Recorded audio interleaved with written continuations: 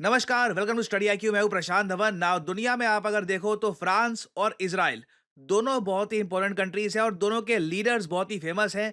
France के president Emmanuel Macron और Israel के पीएम नेतन्याहू। नाउ जिस तरीके से नेतन्याहू ने रिसेंटली एक वीडियो के जरिए इंग्लिश लैंग्वेज बोलकर, ताकि इंटरनेशनल ऑडियंस को समझ में आए, इमानुएल मैक्रों की बेइज्जती करी है। लिटरली ये कहा है, शेम ऑन देम। ये वर्ड बार बार इन्होंने यहां पर यूज किए हैं, व्हाट अ डिसग्रेस, शेम। जिस तरीके से इमानुएल मैक्रों ने डिसीजन लिया है, ये बहुत गलत है।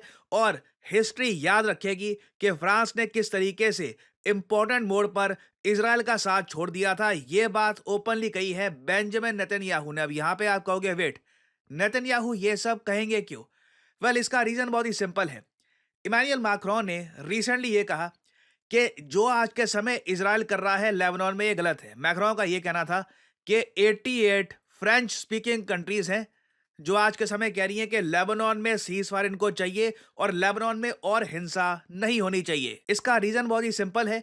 फ्रांस की बिलियंस ऑफ डॉलर्स की इन्वेस्टमेंट हो रखी है लेबनान में और इमानुएल मैक्रों उस इन्वेस्टमेंट को लेकर नर्वस है और इसलिए इन्होंने ये कहा कि फ्रांस लगाता है इजराइल पर एक आर्म्स एम्बार्गो। मतलब कोई भी फ्रेंच कंपनी इजराइल को हथियार नहीं दे पाएगी, ना बेच पाएगी, ना डोनेट कर पाएगी, ना थर्ड पार्टी अगर पेमेंट करती है तो दे पाएगी। बेसिकली इजराइल को वेपन्स फ्रांस नहीं देगा। और साथ ही साथ फ्रांस दुनिया के और कंट्रीज को भी ये कहेगा कि इजराइल को वेपन्स देना बंद कर दो।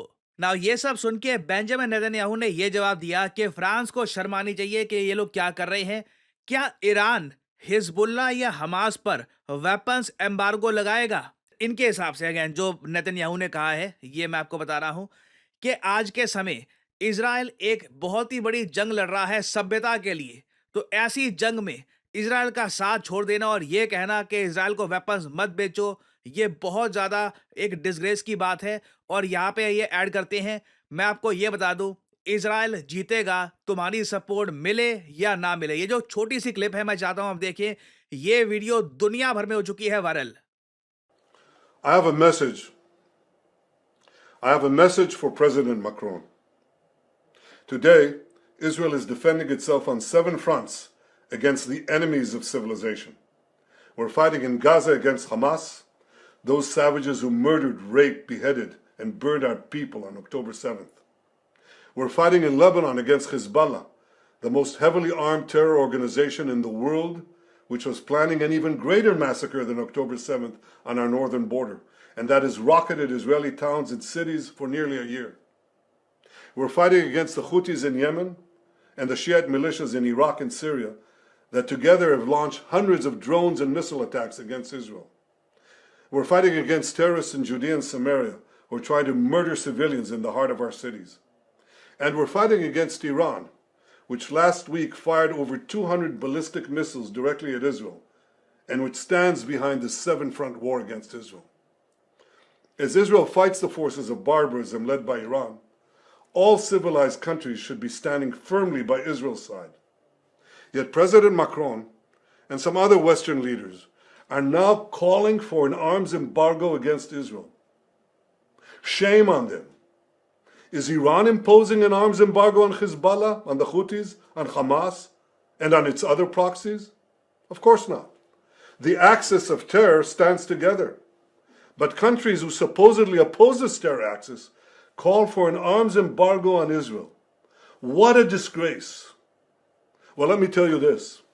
Israel will win with or without their support. But their shame will continue long after the war is won.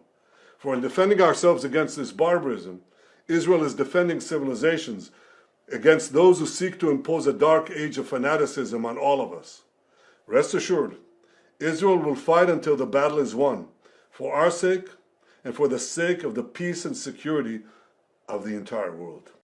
Now बहुत ही, मैं कहूँगा, बड़ा सवाल पूछा है नेतन्याहू ने वेस्टर्न वर्ल्ड से। नाउ जब मैं कहता हूँ वेस्टर्न वर्ल्ड, तो इसमें स्पेन भी आता है। मैं आपको बता दूं, यूरोप में कई देश हैं जो इजराइल के अगेंस्ट खड़े हो चुके हैं। रीज़न बहुत ही सिंपल है, सिविलियन डेथ्स बहुत ज़्यादा हो चुकी हैं और लेबनान में हिजबुल्ला की जो टॉप लीडरशिप है, इन्होंने डिस्ट्रॉय करी दी है।